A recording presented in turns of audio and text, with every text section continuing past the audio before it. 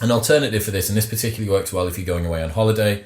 Again, I don't want to come across as the transactional sex guy, but if you need to try and find yourself some companionship when you're going away... Bilateral prostitution guy. Bilateral prostitution guy. If you need to find yourself some companionship while you're going away, I think this is an optimal strategy. So, onto Tinder, you need to pay for Tinder Gold, then you need to be able to move your location to where it is that you're going to go.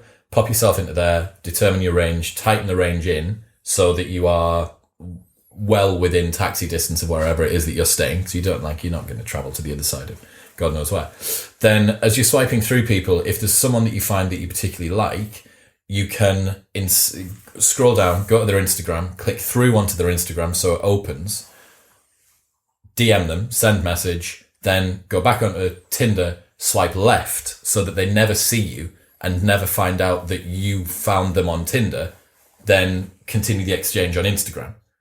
Now, obviously, what all of that particular exchange is dependent on is the fact that you have an Instagram which at least shows some form of value, and that works for both guys and girls. Like, even if not, you still will come across as less of a creep having an Instagram profile and evidence of friends or evidence of some... Absolutely. You're immediately rated above the best person on the worst person on Instagram is rated above the best person on Tinder. So we've got in this... So I've been through that. I've done that with Tinder. I've got 5 or 6 people on Instagram.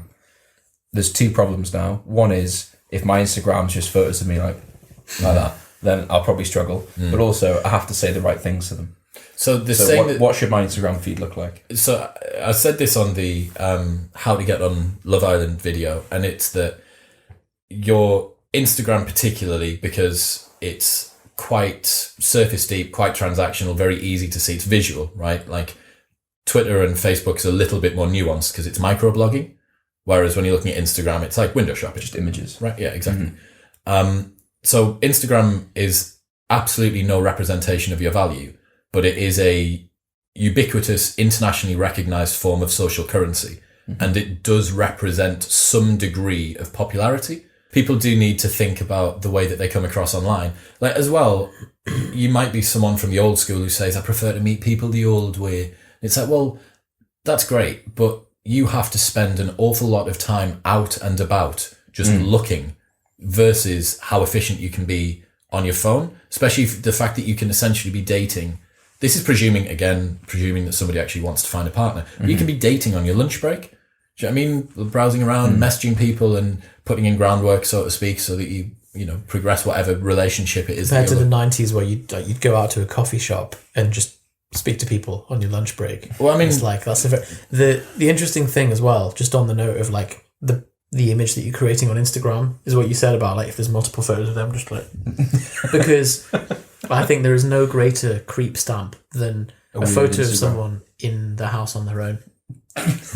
Because it's just like or a series of photos of one person in lots of different locations. Yeah, you see some people that all of their profile, you see this on Facebook, like people, their profile photos, they've got 10 and it's always just them either in their room or in different places. Slightly sullen. Slightly, yeah, just unhappy at life. It's like a magazine, isn't it? Or a brochure of you. But again, like this is, someone could say, well, that, I'm not using my Instagram as a shop window for me. Like, that's fine. But you need to concede that if Instagram was part of your lead generation, that which it can be, like, again, good dancer, fine. You don't need to do Instagram. You can do whatever.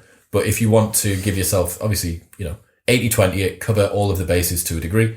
And it's not hard to have a good outward representation of yourself. So yeah, like the photos of you pushing a mate down the street in a trolley pissed, or like you battered at your grand's 80th, like they'd probably keep them off and stick to the ones that are well lit and look nice. So my main point here, and the whole thing really about the Instagram funnel, is just that you want to have some form of high immediate value that other people can interpret. And I think the reason that Instagram has become this really interesting social currency is that it is a game that almost everybody's playing. So it's the same as when you watch the Olympics, you watch Usain Bolt and you watch how fast he runs. Everybody has run, pretty much everybody has run.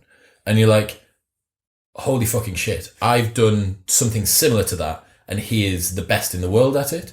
So because I have an Instagram Yeah. and I have 400 followers and I see someone's Instagram that has 5,000 followers and lots of really polished photos, and it's like, wow, this person Good shop window. therefore is popular. Well, you've got it's social et cetera. proofing. Yeah. Right? And this comes back to kind of the first thing that I said, which I think is really virtuous, actually, that a lot of people would make fantastic potential partners. The only problem is that you're not giving them the chance. It's the marketing. Yeah. They're literally just marketing themselves poorly, or maybe you're marketing yourself poorly. So it's like, right, well, if you present yourself online in the best possible way, and if everyone else does as well, then you're giving yourself the best chance of being accepted by whichever potential partners it is that you want to I get. suppose all Tinder's doing by allowing photos and content on there is a almost like a template of like, look, fill this in, fill the best stuff in, and this is a mini version of Instagram, isn't it? And everyone has that, but that's all in the context of I've created this to try and get a date or get laid or Well, because whatever. the least sexy thing about any exchange between two single people is one of them obviously knowing that the other one's after them. And Tinder precludes that immediately. Yeah. Does that make sense? Like, it just chops off at the knees any coyness about the exchange. Because how the fuck are we... Like, we both know why we're on here. Which Like- is good for the very utilitarian, like, I haven't got time for any nonsense people where they're just like, right, okay, I get that, pair but off. And even with that, in the exchanges backwards and forwards that you have on Tinder, they tend to be so, like, vapid. that's why everyone's like, you see the whole, oh, I'm just on here as a joke, like, oh, I'm not really serious, like people trying to qualify that they're not really that serious about it to try and communicate that. In short, Tinder should only be used for lead gen. Get them onto Instagram, then use that for lead conversion. Okay. There we go. When it comes to that, like...